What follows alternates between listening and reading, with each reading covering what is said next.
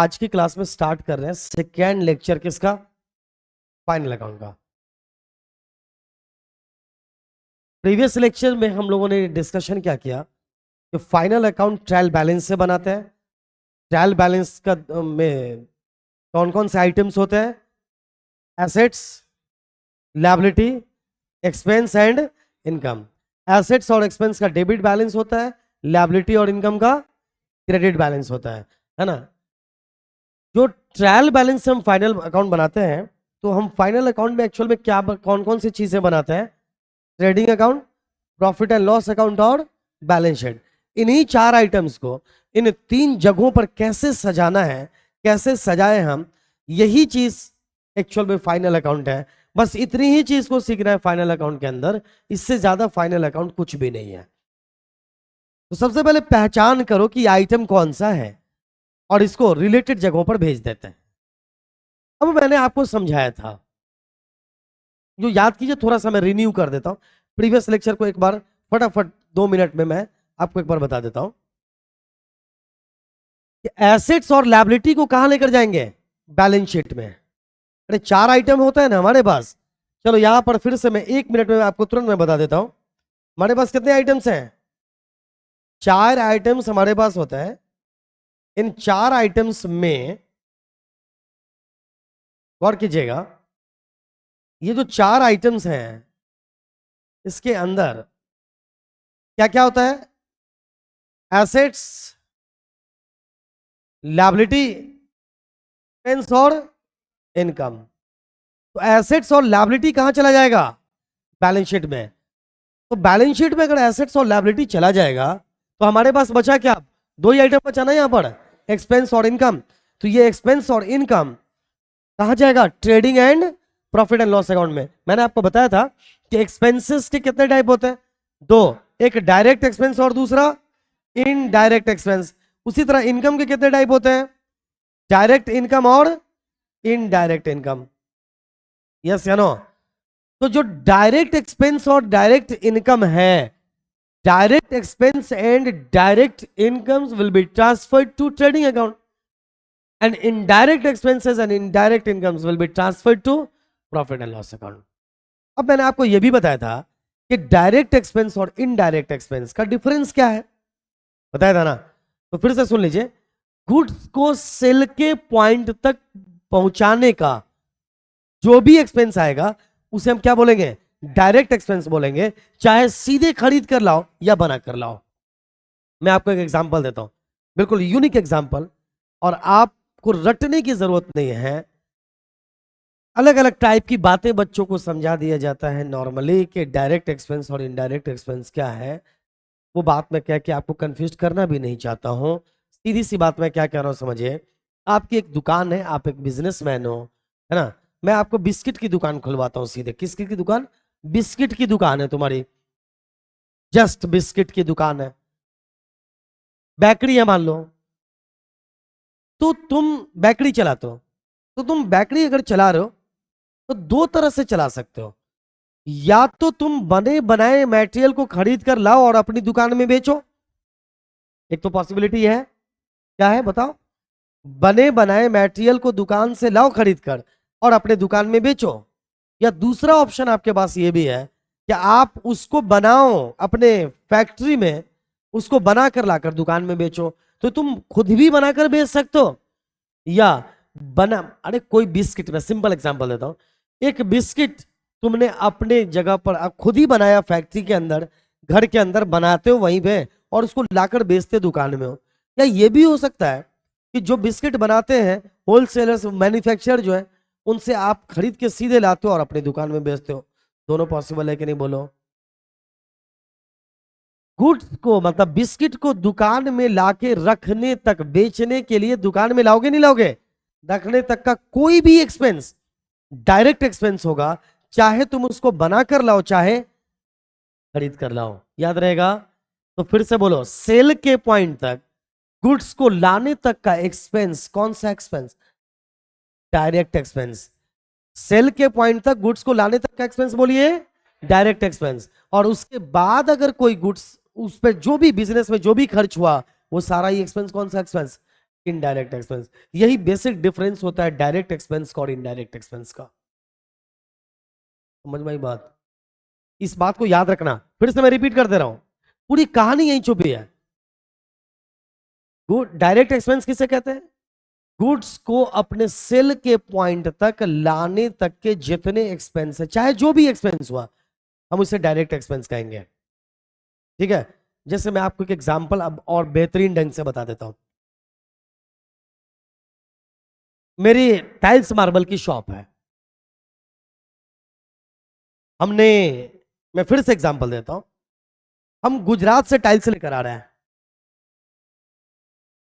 तो गुजरात में हमने टाइल्स खरीदा, मान लो 10 लाख रुपए का टाइल्स खरीदा, वो डायरेक्ट एक्सपेंस की इनडायरेक्ट? Direct expense. फिर हमने मजदूर को मजदूरी दिया टाइल्स को उठाकर ट्रक पे डालने के लिए, क्योंकि ट्रक से लाना है हमें माल को यहां पर। उस मजदूर को मजदूरी हमने 10,000 दिया, वो डायरेक्ट एक्सपेंस की इनडायरेक्ट एक्सपेंस? Direct expense. फिर से सुनिए, अब ट्रक पे जो माल लद गया, तो ट्रक जब गुजरात से आ रहा होगा हमारे पॉइंट तक, वहां से यहां तक आने के लिए हमने ट्रक वाले को 2 लाख रुपए दिया। उसको फ्रेट बोलेंगे, भाड़ा। क्या बोलेंगे उसको? फ्रेट। याद रखो, फ्रेट। वो जो हम 2 लाख रुपया फ्रेट दे रहे हैं, आपको क्या लग रहा है, वो डायरेक्ट एक्सपेंस है कि इनडायरेक्ट एक्सपेंस है? फिर से बोलो, वो डायरेक्ट एक्सपेंस इनडायरेक्ट? डायरेक्ट। अच्छा, दूसरा, वो जो ट्रक वहां से यहां पर आएगा ना, तो रास्ते रास्ते का हमने इंश्योरेंस करवाया। क्या करवाया? इंश्योरेंस करवाया। रास्ते का इंश्योरेंस जानते हो क्या होता है? Transit insurance. गुड्स जो वहां से आएगा आपके पॉइंट तक, मान लो 1,000 किलोमीटर चलकर गुड्स को आना है आपके पॉइंट तक। हो सकता है रास्ते में कोई दुर्घटना हो जाए, ट्रक पलट जाए, एक्सीडेंट हो जाए, बात निगेटिव है, करना पड़ेगा। इंश्योरेंस का रिलेशन ही निगेटिविटी से, एक्चुअल में निगेटिव पहलुओं से है। तो अब एक बात बताइए, वो जो इंश्योरेंस, आप उस रिस्क को कवर करना चाहते हो, तो आप रास्ते रास्ते का इंश्योरेंस करवा लेते हो कि अगर इस बीच में किसी भी तरह से हमारे गुड्स का नुकसान हुआ, तो इंश्योरेंस कंपनी हमें पेमेंट करेगी। उसी इंश्योरेंस को क्या बोलते हैं? Transit insurance. क्या बोलते हैं बोलिए? तो वो जो रास्ते का इंश्योरेंस आपने करवाया है, वो क्या है? डायरेक्ट एक्सपेंस की इनडायरेक्ट एक्सपेंस? वो भी डायरेक्ट एक्सपेंस है। सॉरी, कोई शक? अच्छा, ट्रक आ गया आपके सेल के पॉइंट तक, मतलब दुकान तक। अब ऐसा तो नहीं ट्रक को दुकान में डाल दोगे सीधे ही, नहीं। अब बाहर आप ट्रक को लगवाओगे, और फिर वहां से टाइल्स को कोई मजदूर उठा उठाकर आपके दुकान में डालेगा। इसको कहेंगे अनलोडिंग चार्ज, जो मजदूर को मजदूरी दे रहे हो यहां पर। वो जो गुड्स को उठा के दुकान में डालने तक का के लिए फिर उसको आपने 10,000 रुपए दिया, ये डायरेक्ट एक्सपेंस की इनडायरेक्ट एक्सपेंस? हाँ। अब दुकान में गुड्स पहुंच गया है, पहुंच गया। अब आपने अपने मतलब गोडाउन में या दुकान में आपके गुड्स पहुंच गया। अब गोडाउन का इंश्योरेंस करवाया आपने कि गोडाउन में आग वाग लग जाए अगर, तो हमें इंश्योरेंस कंपनी इसकी भरपाई कर दे। तो गोडाउन का जो रेंट दिया आपने, वो डायरेक्ट एक्सपेंस की इनडायरेक्ट एक्सपेंस? बोलो बोलो, डायरेक्ट या indirect? That will be indirect expense, अप्रत्यक्ष व्यय। क्योंकि गुड्स एक बार आकर रखा गया ना तुम्हारे गोडाउन या दुकान में, डायरेक्ट एक्सपेंस अब नहीं होगा। तुमने बिजली का बिल दिया गोडाउन के लिए, डायरेक्ट एक्सपेंस या indirect expense? Indirect expense. Staff को सैलरी दिया, डायरेक्ट एक्सपेंस या इनडायरेक्ट एक्सपेंस? किसी को इंटरेस्ट दिया, डायरेक्ट या इनडायरेक्ट? डिस्काउंट दिया, डायरेक्ट या इनडायरेक्ट? अब इनडायरेक्ट हजारों टाइप का हो सकता है, और मत याद रखो। बस याद ये रखो कि गुड्स को लाने तक का कोई खर्च है, तो डायरेक्ट पे पकड़ बनाओ, बाकी सब इनडायरेक्ट तो हो ही जाएगा। मेरे ख्याल से आपको बात समझ में आ गई होगी अब। अच्छा, डायरेक्ट एक्सपेंस है तो कहां जाएगा? मैं सीधे सीधे तुम्हें फाइनल अकाउंट सिखा दूंगा, पहले कंसेप्ट ही क्लियर। डायरेक्ट एक्सपेंस है तो कहां जाएगा? ट्रेडिंग में। और इनडायरेक्ट एक्सपेंस है तो कहां जाएगा? हाँ, प्रॉफिट एंड लॉस में। एसेट्स है तो कहां जाएगा? बैलेंस शीट में। लायबिलिटी है तो कहां जाएगा? बैलेंस शीट में। इसका मतलब अब एक ही बात समझना है आपको कि डायरेक्ट इनकम क्या होता है और इनडायरेक्ट इनकम क्या होता है। हालांकि मैं लास्ट क्लास में बता चुका था, फिर से मैं रिपीट करते हुए इसको खत्म करूंगा भाई, जस्ट। तो डायरेक्ट इनकम क्या है भाई? जो इनकम हमें अपने मेन बिजनेस एक्टिविटी की वजह से आता है तो वो डायरेक्ट इनकम है, समझ रहे हो। और इसके अलावा किसी और सोर्स से अगर आता है, आ जाता है, तो वो इनडायरेक्ट इनकम है। एग्जाम्पल बता रहा हूं मैं टीचर हूं, मैं आपसे फीस लेता हूं, जो मैं आपके फी लेता हूं उससे जो हमें इनकम आ रहा है, ये जो फी है हमारे लिए डायरेक्ट इनकम है कि इनडायरेक्ट? ये हमारे लिए डायरेक्ट है। लेकिन मान लो कोचिंग का कुछ पैसा बैंक में जमा किया, वहां से हमें इंटरेस्ट मिल गया, तो ये डायरेक्ट है कि इनडायरेक्ट है? इनडायरेक्ट है। तो समझो, sale direct and all other things will be treated as indirect. Done. तो इन डायरेक्ट इनकम कहां जाएगा? ट्रेडिंग अकाउंट में। और इनडायरेक्ट इनकम कहां जाएगा? तो तुम्हारे दिमाग में अब एक मैप बन गया होगा, समझ गए सर? ट्रेडिंग मतलब डायरेक्ट, और प्रॉफिट एंड लॉस मतलब इनडायरेक्ट। एसेट्स लायबिलिटी मतलब बैलेंस शीट। अब देखो 6 चीजें हैं। अकाउंट मतलब 3 चीजें हमारे पास है एक्चुअल में। कहां कहां पर भेजते हैं? एक ट्रेडिंग अकाउंट, दूसरा प्रॉफिट एंड लॉस अकाउंट, तीसरा बैलेंस शीट। ट्रेडिंग में क्या जाएगा? Direct expense direct income. Profit and loss में जाएगा इनडायरेक्ट एक्सपेंस इनडायरेक्ट इनकम। और बैलेंस शीट में जाएगा एसेट्स एंड लायबिलिटी। मेरे ख्याल से बातें समझ में आ गई होंगी, कोई शक है क्या? अब आइए यहां पर हमें क्वेश्चन लेते हैं, और उसके बाद देखिएगा तुरंत आपको समझ में आएगा। अगला क्वेश्चन आप अपने आप बनाना स्टार्ट कर दोगे। From the following trial balance of Naresh Kedia, prepare trading and profit and loss account for the half year ending 30th June 2020 and a balance sheet as on that date. आपसे क्या कह रहे हैं मालूम है? Prepare trading account, trading and profit and loss account for the year half year ending 30th जून। 30 जून को जरूरी नहीं है, मैंने ये क्वेश्चन पहले इसलिए डाला है कि जरूरी नहीं कि 1 साल का ही फाइनल अकाउंट एक साथ हम बना सकते हैं। ये फाइनल अकाउंट पर है ना आप? फाइनल अकाउंट में 3 चीजें आती है तो मालूम है, हम 2 महीने पे भी फाइनल अकाउंट बना सकते हैं, हम 6 महीने पे भी बना सकते हैं, 1 साल पे भी बना सकते हैं। हालांकि 2 साल पे भी बना सकते हैं, लेकिन 1 साल से ज्यादा का टाइम हमें नहीं लेना चाहिए किसी भी अकाउंट में। तो चलिए 6 महीना खत्म हो रहा है, तो हमें बनाने के लिए क्या क्या कहा जा रहा है? Trading account, profit and loss account and balance sheet, ठीक है ना। अब देखिए यहां पर सीधे सीधे बताओ, कैपिटल कह रहा है 10,500 है, तो कैपिटल क्या है पहले? अब इसके आगे की एक बात बताता हूं मैं, पहचान थोड़ा सीख लो। क्रेडिट साइड में जो भी आइटम होगा वो क्या होगा? एलआई, दैट इज या तो लायबिलिटी होगा या, अरे बोलो दिमाग लगाओ, हम पहले सारे पॉइंट्स को भी पॉइंट आउट करना सिखाएंगे। ये एक ट्रायल बैलेंस आपको दिया गया है, यहां तक देखो ट्रायल बैलेंस आ रहा है, दोनों तरफ 35,800 है ना। ये क्या है बोलो? ट्रायल बैलेंस से हम अभी क्या बनाएंगे? फाइनल अकाउंट बनाएंगे। पहले इस बात को कंफर्म करो कि ट्रायल बैलेंस के डेबिट साइड में क्या रहेगा। अरे डेबिट बैलेंस किसका होता है? या तो एसेट्स का, या तो इसका मतलब ट्रायल बैलेंस के डेबिट साइड में क्या है? जिस भी आइटम का अमाउंट क्रेडिट साइड में लिखा है, इसका मतलब या तो वो लायबिलिटी है या इनकम है। और जिसका डेबिट साइड में लिखा है वो या तो क्या है? एसेट्स है या एक्सपेंस है। इधर ए ही है और इधर एल आई है। अब आपको थोड़ा सा बताना है, क्रेडिट में जाओ और चेक करके बताना कि वो क्या है आपकी नजर में। चलिए फिर से एकदम यही पॉइंट सीख लो तो मजा आ जाए। चलो ये बताओ ये किधर है भाई? तो ये दो में से एक चीज है, या तो लायबिलिटी है या इनकम है। कैपिटल के बारे में क्या ख्याल है आपको? ये लायबिलिटी है कि इनकम? ये लायबिलिटी है, मतलब कहां जाएगा बोलो? तुम फटाफट बोलते रहो, ये कहां का आइटम है? बैलेंस शीट का आइटम है। कहां का आइटम है? Very good. इधर ही से ले लेता है, एक एक करके पहले क्रेडिट ले लेता है। चलो ये 180 रिटर्न आउटवर्ड है। रिटर्न आउटवर्ड क्या होता है मालूम है ना? रिटर्न इनवर्ड बोलते हैं परचेस रिटर्न को, सॉरी सेल्स रिटर्न को, और रिटर्न आउटवर्ड मतलब परचेस रिटर्न। बोलो, तो रिटर्न आउटवर्ड को परचेस से घटाते हैं। रिटर्न आउटवर्ड को क्या करते हैं हम? परचेस से घटाते हैं। नहीं समझे? रिटर्न आउटवर्ड को परचेस से। ये एक अलग आइटम है। सेल्स है, सेल्स क्रेडिट है ना, सेल्स। तो एक बात बताओ, सेल क्रेडिट साइड में है तो ये क्या है? इनकम है। यस, कौन सा इनकम, डायरेक्ट या इनडायरेक्ट? डायरेक्ट इनकम है ये, क्या है बोलो? मैंने आपको 50 बार कहा है, सेल ही डायरेक्ट इनकम होता है, बाकी सब इनडायरेक्ट इनकम। तो ये कहां जाएगा? डायरेक्ट इनकम है, कहां जाएगा ये? ट्रेडिंग अकाउंट में। Very good. चलिए आइए, ये देखिए 800, ये क्या है? कमीशन। क्या है ये बोलो? कमीशन। क्रेडिट साइड में है, कमीशन मिला तो या तो ये लायबिलिटी है या इनकम है। कमीशन मिलना क्या हो सकता है?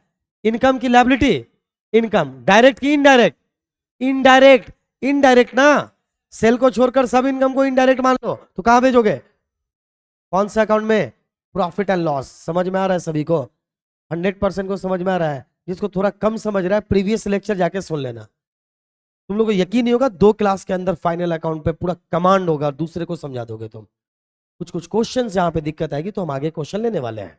आगे आइए देखिए, बिल्स पेबल। बिल जब receive, bills payable and bills receivable का थोड़ा सा इंट्रोडक्शन देते हैं, अगर आपने इसके बारे में आपको आइडिया नहीं है तो। जब हम गुड्स किसी को बेचते हैं ना, जब हम किसी को गुड्स बेचते हैं उधार, तो उसको हम कहते हैं कब पैसा दोगे बताओ, तो उसने कहा 2 महीने में देंगे। तो हमने कहा एक काम करो, एक कागज के टुकड़े पे लिख के दे दो, उसको हम बिल बोलते हैं। हालांकि कुछ प्रोसीजर्स भी होता है। तो बिल अगर हमें मिला है तो बिल्स रिसीवेबल, और बिल अगर हमने दिया है तो बिल्स पेबल। बिल लेते कब है? जब हम गुड्स उधार बेचते हैं। और बिल देते कब है? जब गुड्स उधार खरीदते हैं। तो बिल्स पेबल, इसका मतलब कि हमें किसी को पैसा देना है। इसका मतलब क्या है? ये लायबिलिटी, पैसा देना है। तो कभी इनकम नहीं होता है देने वाली चीज, तो पैसा देना है तो ये क्या होगा बोलो? लायबिलिटी। और लायबिलिटी है तो कहां जाएगा? बैलेंस शीट में जाएगा। Any problem? चलो यहां पर फिर से दे रहा है क्रेडिटर्स। क्रेडिटर्स कितना है? 30,080, 3,080, 3,080 ना। तो क्रेडिटर के बारे में तो आपको पहले से पता है, लायबिलिटी होता है। क्रेडिटर क्या होता है? और डेटर क्या होता है? एसेट्स होता है। सभी क्रेडिट साइड का आइटम को तुरंत देख लेते हैं, बस इधर कोई क्रेडिट साइड का आइटम नहीं है। अब चलिए डेबिट को चेक कर लीजिए। डेबिट चेक कर लें। चलो ध्यान से देखना भी, बस समझने वालों, मैं बार बार एक बात बताता हूं। जो मैं बातें किसी आंसर को बताने से पहले कर रहा होता हूं, अगर तुमने उसको ढंग से समझ लिया है तो फिर आंसर बनाने में कुछ ही मिनट, 1 से 2 मिनट लगेगा, कंसेप्ट क्लियर हो जाएगा। मैं कभी भी पढ़ाते हुए उन बातों पर ज्यादा फोकस करता हूं जिसको आपको समझने की जरूरत है। समझ रहे हो? जो चीजें तुम अपने आप कर लोगे तो उस पर दिमाग लगाने की जरूरत मेरे ख्याल से नहीं है। तो चलिए आइए, हम आपको अब डेबिट साइड टाइप के आइटम को बताते हैं। ये 3,000 है, ओपनिंग स्टॉक है। ओपनिंग स्टॉक है ना, ये अगर स्टॉक की बात करें तो ये एसेट्स होता है। तो ओपनिंग स्टॉक को हम ट्रेडिंग अकाउंट में बेचते हैं। ये थोड़ा सा डिफरेंट चीज है, मैं इसको आपको बताऊंगा। परचेस क्या है? Direct expense. मैंने अभी बताया था ना, परचेस क्या है? Direct expense. अच्छा, रिटर्न इनवर्ड तो क्या है? 160। रिटर्न इनवर्ड का मतलब क्या होता है मालूम है? Sales return. रिटर्न इनवर्ड का मतलब क्या है? Sales return. रिटर्न अंदर की तरफ। तो कोई माल हमसे खरीद के लेकर गया था और उसको जो हमने बेचा था उसको वो रिटर्न करने आया है, तो ये सेल्स रिटर्न है। सेल्स का कौन सा बैलेंस होता है? क्रेडिट। तो सेल्स रिटर्न का डेबिट बैलेंस होगा। परचेस का डेबिट बैलेंस होता है, इसलिए परचेस रिटर्न का क्रेडिट बैलेंस होगा। ये कंसेप्ट क्लियर है आपका? चलिए फिर आगे आइए, यहां पर है कैरेज ऑन परचेस 560। परचेज करने पे कैरेज दिया है, बोलो डायरेक्ट एक्सपेंस की इनडायरेक्ट एक्सपेंस? अरे बोलो। डायरेक्ट। गुड्स को खरीद के लाने की वजह से आपने कैरेज दिया ना, ये कौन सा एक्सपेंस? Direct expense. लेकिन कैरेज ऑन सेल है, ध्यान से देखो, कैरेज ऑन सेल्स है। डायरेक्ट एक्सपेंस की indirect expense? Indirect. Carriage on sales का मतलब समझ दो। मान लो किसी को, आपको, आपने मान लीजिए मैंने आपको मार्बल के शॉप की बात करी। अब किसी को हम मार्बल घर पहुंचा के दे रहे हैं, उसके लिए हमें कैरेज देना पड़ा, तो ये क्या गुड्स को लाने तक का खर्च है क्या? नहीं, ये तो बेचने का खर्च है ना। तो इसलिए कौन सा एक्सपेंस होगा? Indirect expense. तो ध्यान से समझिए, कैरेज ऑन परचेस अगर होगा तो वो डायरेक्ट एक्सपेंस होगा। कैरेज ऑन अगर सेल होगा तो ये इनडायरेक्ट एक्सपेंस होगा। लेकिन अगर किसी क्वेश्चन में सीधे कैरेज लिखा रहे तो क्या करोगे? बोली बोली। सिर्फ कैरेज लिखा हो, देन इसको हम कैरेज ऑन परचेस मानते हुए डायरेक्ट एक्सपेंस मानेंगे। अगर क्वेश्चन में सिर्फ कैरेज हो तो क्या मानेंगे इसको? Direct expense. चलिए ड्राइंग्स को कहां से घटाते हैं? अभी 100% बातें, कुछ कुछ डिफरेंट आइटम है, आप पहले इसको क्लियर करते जाएं, अगले 2-3 मिनट में हम इसको क्लियर करेंगे, फिर आप देख लोगे। ड्राइंग्स को हम कैपिटल से घटाते हैं, देखेंगे अभी। रेंट डायरेक्ट एक्सपेंस है, indirect expense? Indirect expense. General expense indirect expense. Commission ले लिया। बैंक बैलेंस क्या है बताओ? डेबिट साइड में है 1200। बैंक बैलेंस क्या है? एक्सपेंस है कि एसेट्स है? क्योंकि इस साइड या तो एक्सपेंस होगा या एसेट्स होगा, और एक्सपेंस हो तो डायरेक्ट होगा या इनडायरेक्ट होगा। बैंक बैलेंस, बैंक में आपका पैसा है, एसेट्स है कि एक्सपेंस? एसेट्स, तो बैलेंस शीट। कैश क्या है? एसेट्स, कहां जाएगा ये? Balance sheet. बिल्स पेबल बात हो गई है। बुक डेट्स, डेटर का एक और नाम बुक डेट्स भी होता है, और डेटर क्या होता है? एसेट्स। डेटर क्या होता है? बुक डेट्स का एक और नाम डेटर, और डेटर होता है एसेट्स, तो कहां जाएगा ये? Balance sheet. क्रेडिटर क्या होता है? डेटर अगर ऐसे तो क्रेडिटर लायबिलिटी, ये मैंने डिस्कशन किया। बिल्डिंग एसेट्स, कहां? Very good, mind blowing. चलिए बिल्डिंग एसेट्स है और ये जाएगा बैलेंस शीट में। चलिए मशीनरी कहां जाएगा? Balance sheet. बिल्स रिसीवेबल, मैंने बताया बिल्स पेबल लायबिलिटी, तो bills receivable assets. Bills payable liability था ना, तो बिल्स रिसीवेबल क्या होगा? जब हम किसी को गुड्स उधार बेचते हैं तो उससे बिल लेते हैं, ले लेते हैं, रिसीव करते हैं, दैट इज बिल्स रिसीवेबल। और बिल्स रिसीवेबल क्या? तो कहां जाएगा ये? Balance sheet. डेप्रिसिएशन क्या? डायरेक्ट एक्सपेंस के इनडायरेक्ट एक्सपेंस? एसेट्स पर जो डेप्रिसिएशन लगाते हैं, घटने जो घटता है ना, आप लोग पढ़ चुके हो ना डेप्रिसिएशन, रिलेटेड लेक्चर मौजूद है, आप जाके चेक कीजिए। तो डेप्रिसिएशन इनडायरेक्ट एक्सपेंस होता है। Interest indirect. Discount allowed indirect.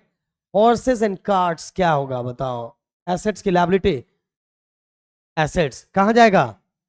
अरे घोड़ा गाड़ी सुने हो ना, that is horses and carts, assets होता है, बैलेंस शीट में जाएगा। ऑफिस सैलरी डायरेक्ट या इनडायरेक्ट? इनडायरेक्ट 960। वेजेस मजदूरी क्या होता है? डायरेक्ट की इनडायरेक्ट? वेजेस डायरेक्ट होता है। मजदूरी, मजदूरी का सेंस आपको डायरेक्ट मानकर चलेंगे।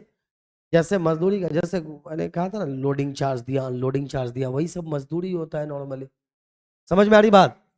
तो मजदूरी, सैलरी इनडायरेक्ट, एंड वेजेस क्या होगा? डायरेक्ट, ये आप मानकर चलोगे। और क्लोजिंग स्टॉक बाद में दे रखा है 3940। समझ में आ गई बात? अब तुम तैयार हो? चलो देखो एकदम अब रेडी रहिएगा। देखिए यहां पर हमने क्या बनाया है, ये है trading and profit and loss account एक साथ। ध्यान से सुनिएगा, अगले 5 से 7 मिनट ईमानदारी से बने रहिए, और 100% अब तक जो हमने बोया है, अब उसको काटने का समय आ गया है। अगर आप हिले यहां से तो समझ जाओ कि आपको फाइनल अकाउंट समझने में फिर एक नई बाधा उत्पन्न हो जाएगी। इसलिए ध्यान से सुनिए। यहां पर हमने बनाया, देखो, trading and profit and loss account of Naresh Kedia for the half year ending 30 June 2022। Question क्या कह रहा है कि हमने trading and profit and loss account बनाया। क्वेश्चन का आंसर है कि हमने यहां पर दोनों अकाउंट एक ही साथ बना रहे हैं क्या? हाँ या ना? दोनों अकाउंट एक साथ बना रहे हैं। इसके ऊपर कौन सा अकाउंट है? ये जो इसके ऊपर है कौन सा अकाउंट है? Trading account. नहीं समझे बात को? इसके ऊपर कौन सा अकाउंट है? ट्रेडिंग। नीचे दोनों अकाउंट एक साथ बना रहे हैं। देखो हम इसको अलग भी बना सकते हैं, बना सकते हैं। ट्रेडिंग अकाउंट अलग बना लेंगे, प्रॉफिट एंड लॉस अकाउंट अलग बना लेंगे, लेकिन हम यहां पे trading and profit and loss account एक साथ बना रहे हैं। इस 2 लाइन के ऊपर जो है ना, वो कौन सा अकाउंट है? ट्रेडिंग। इसके नीचे जो अकाउंट है वो कौन सा अकाउंट है? प्रॉफिट एंड लॉस अकाउंट है। कोई कंफ्यूजन है आपको? नहीं। ट्रेडिंग अकाउंट के इस साइड में क्या आएगा? डायरेक्ट। अरे बोलो। डेबिट साइड में एक्सपेंस। देखो एक्सपेंस कभी भी डेबिट साइड में आता है ना। Golden rule number 3, debit all expenses and losses. वैसे भी कॉमन सेंस होना चाहिए आपको। एक्सपेंस किधर आएगा? अरे बोलो। तो यहां पर डायरेक्ट एक्सपेंस, क्योंकि ये प्रॉफिट ट्रेडिंग अकाउंट है, इसके ऊपर ट्रेडिंग है, तो यहां पर क्या आएगा? Direct income. Very good. ये प्रॉफिट एंड लॉस अकाउंट है ना, इसके डेबिट साइड में क्या आएगा? जल्दी बोलो, जल्दी बोलो बोलो। Indirect what? Indirect expense. Very good. यहां पर आएगा इनडायरेक्ट एक्सपेंस। और यहां पर क्या आएगा? Indirect income. ये यहां पर क्या आएगा, फिर से बोलिए मेरे साथ बोलिए, ये यहां पर क्या आएगा, एक साथ बोलो, डायरेक्ट एक्सपेंस। यहां क्या आएगा, डायरेक्ट। यहां पर क्या आएगा, यहां डायरेक्ट इनकम आएगा, यहां पर क्या आएगा, इनडायरेक्ट एक्सपेंस, और यहां क्या आएगा, इनडायरेक्ट इनकम। क्लियर। अब एक बात बताते हैं, ट्रेडिंग अकाउंट जब बनाते हैं ना, एक दो चीज को खाली थोड़ा सा एक्सेप्शन है, इसको आगे के लेक्चर में हम इसका भी लॉजिक समझाएंगे, ऐसा क्यों करते हैं। अगर मैं अभी इसको समझाने लग गया तो आप टेंशन में आ जाओगे, तो ध्यान दीजिए। यहां पर जो ओपनिंग स्टॉक होता है ना, हम इसको डेबिट साइड में लिखते हैं, ट्रेडिंग के डेबिट साइड में सबसे ऊपर, याद रहेगा। ओपनिंग स्टॉक और क्लोजिंग स्टॉक समझते हैं क्या होता है, मैं इसको भी समझा देता हूं।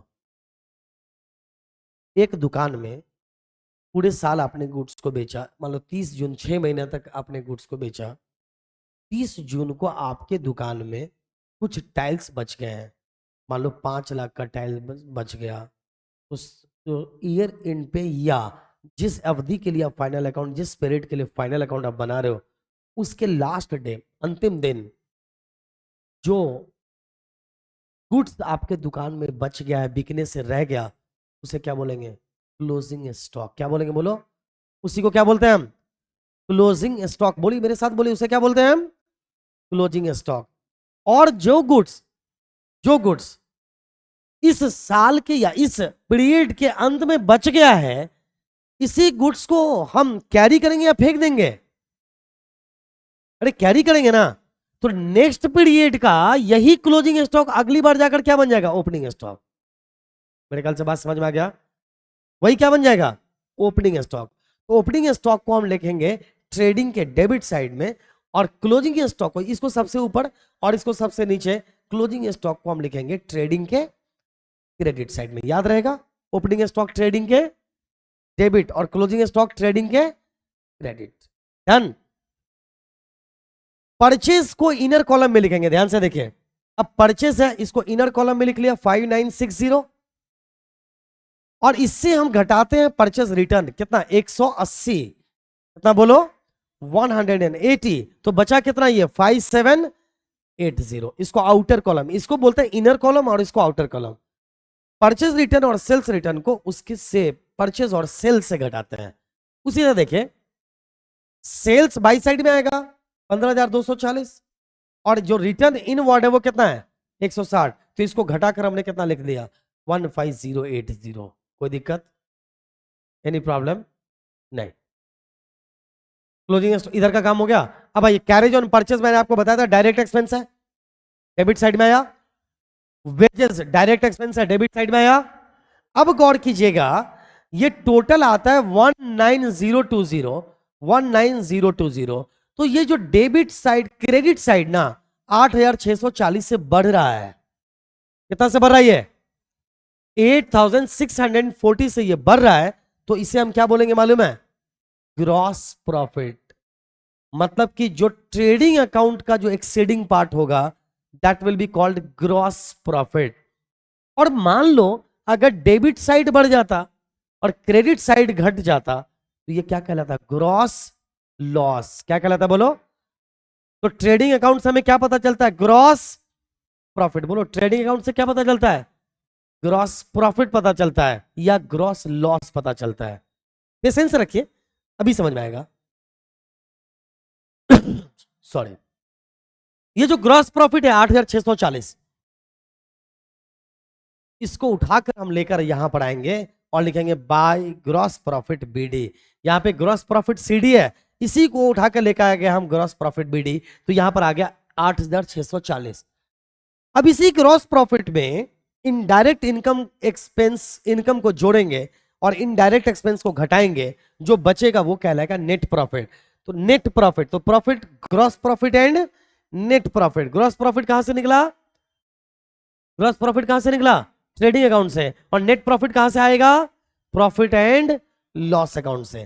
तो अब आइए बाकी इनडायरेक्ट एक्सपेंस को लिखना स्टार्ट करते हैं। Office salary, carriage on sales, rent, general expense, depreciation, interest, discount allowed. तो आप गौर करेंगे तो ये साइड है 9440 और इधर 9440 नहीं है, हमने इधर इसको लाके लिख दिया, इधर इतना ही है, इधर कितना है मैं आपको जोड़कर दिखाऊं अगर, तो ये इस साइड का जो है ना क्रेडिट साइड कितना से बढ़ रहा है, 5160 से बढ़ रहा नहीं बढ़ रहा है ये, तो ये जो जितना से बढ़ रहा है ये, इसको हम क्या बोलेंगे, नेट प्रॉफिट।